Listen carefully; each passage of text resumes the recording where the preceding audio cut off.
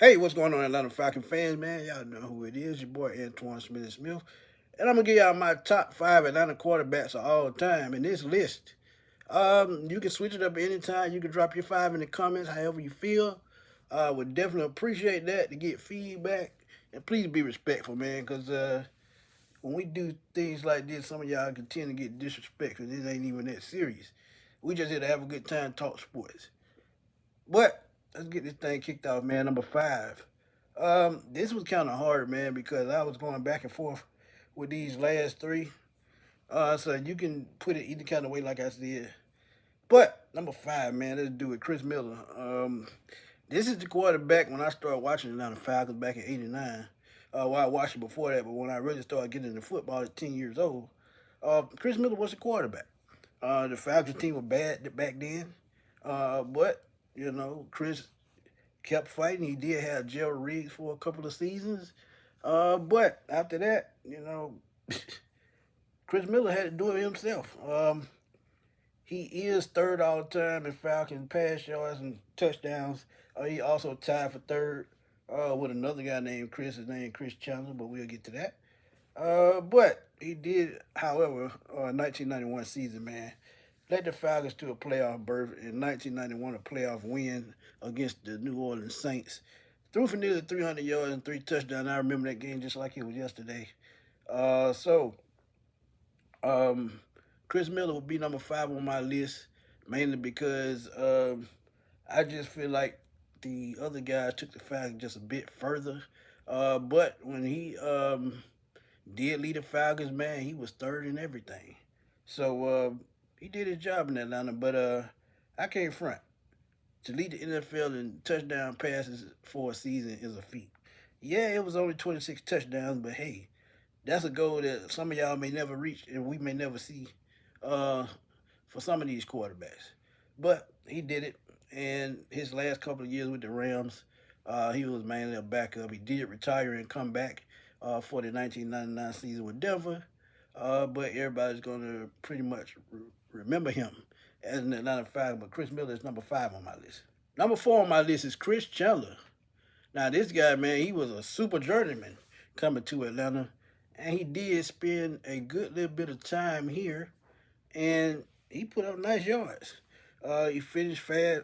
He's finished fourth in pass yards in Falcons history, and tied for third with the other guy named Chris Miller. But we mostly remember Chris Chandler for that 1998 Super Bowl season where Jamal Anderson had that crazy season, rushing for 1800 yards.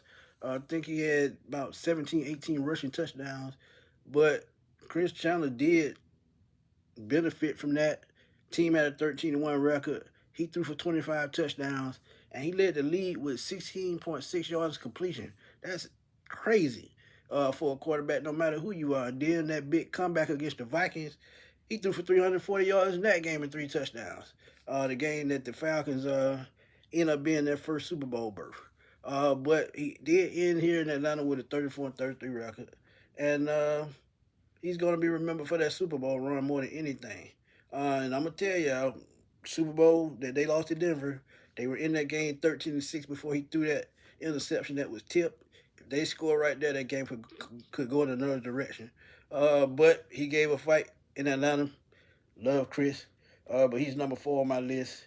And I think he deserves it. Number three, one of the most electrifying players to ever play the game of football, man, Michael Vick.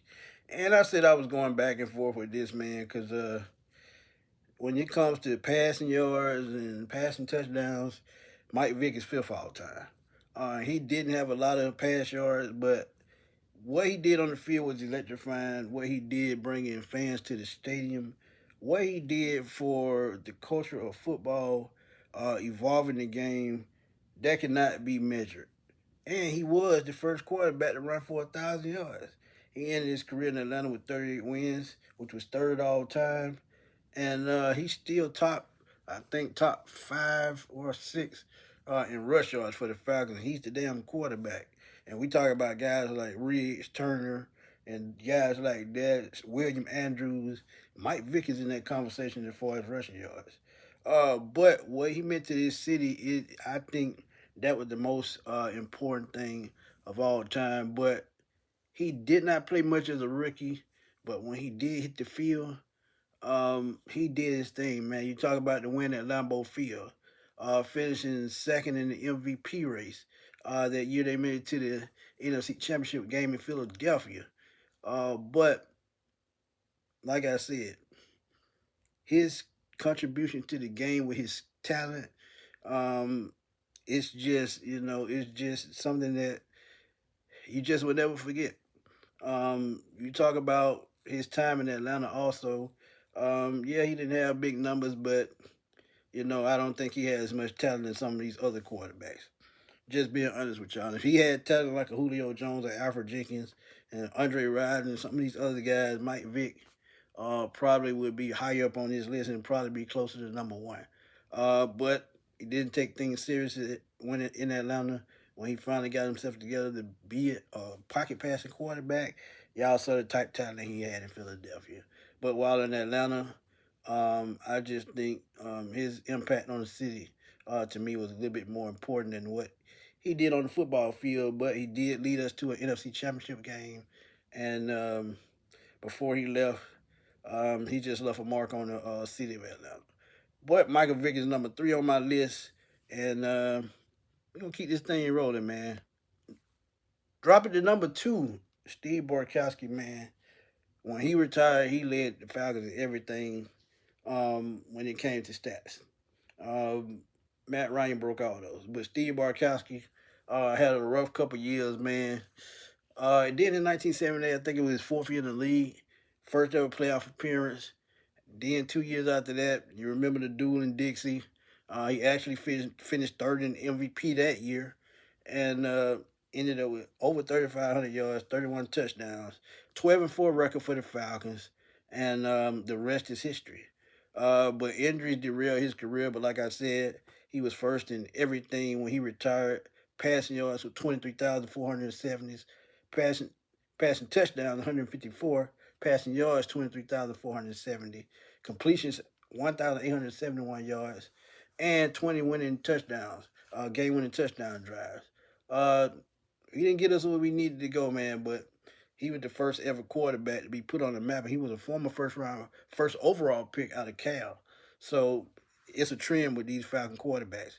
You look at Matt Ryan, he was number 3. You look at Mike Vick, he was number 1. Steve Bartkowski was number 1. And believe it or not, Chris Miller was a first round quarterback. So there's a theme to this.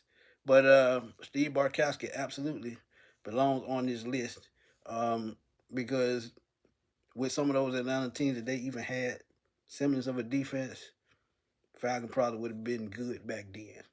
But again, injuries derailed his career, and he did what he did in Atlanta. But we got good production out of him. But he's definitely number 2 on my list because of his stats and his impact on this team. Number 1, man, it ain't even a question. First in everything: pass yards, pass touchdowns, completions, uh, yards per attempt, all that good stuff. First ever Atlanta Falcons MVP. Man, look, 381 touchdowns, 62,792 pass yards, completion 5,551. And the crazy thing is, he's top 10 all time in pass yards still. He's been retired about 3 or 4 years already. So when you look at Matt, 3 years. When you look at Matt Ryan, man, you're gonna say, man, that's the greatest Atlanta Falcon to ever live. And I got to stand with that. I know some of y'all don't say. I know a lot of y'all say Julio. A lot of y'all say Dion, but I'm not gonna disrespect Matt Ryan for what he did 14 seasons in this city, being the quarterback of this team. And they put some really good players around him, but some reason the coaching let him down in a lot of these games. We know about the Super Bowl. We know about 2012 NFC Championship game, and then you talk about other games during his time in Atlanta. Matt Ryan could have blew a lot of numbers out the water had he been set up in certain situations to win more football games. But his 14th season here will never be forgotten. He had 10 seasons with 4,000 plus pass yards, 65% completion percentage, 13 seasons with 20 plus touchdown passes, and 120 career wins. And y'all remember that rookie season? We knew he had something special when he hit that Michael Jenkins touchdown pass on the very first play of the game, we knew he had something special to Matt Ryan then. But Matt Ryan easily to me is the best Falcons quarterback all time, and to me, all time top Falcon, not even a discussion. No respect to Dion, no respect to Julio, no respect to nobody, no disrespect to nobody. But Matt Ryan was that guy in Atlanta. But those are my top five Atlanta Falcons quarterbacks all time, man. Let me know what y'all think. Like I said, man, y'all drop those comments. Let's debate. Let's have fun as always, man. Y'all know how we doing on the Sports Machine. It's your boy Antoine Smitty Smith signing off. I will holler at y'all soon, man. Peace.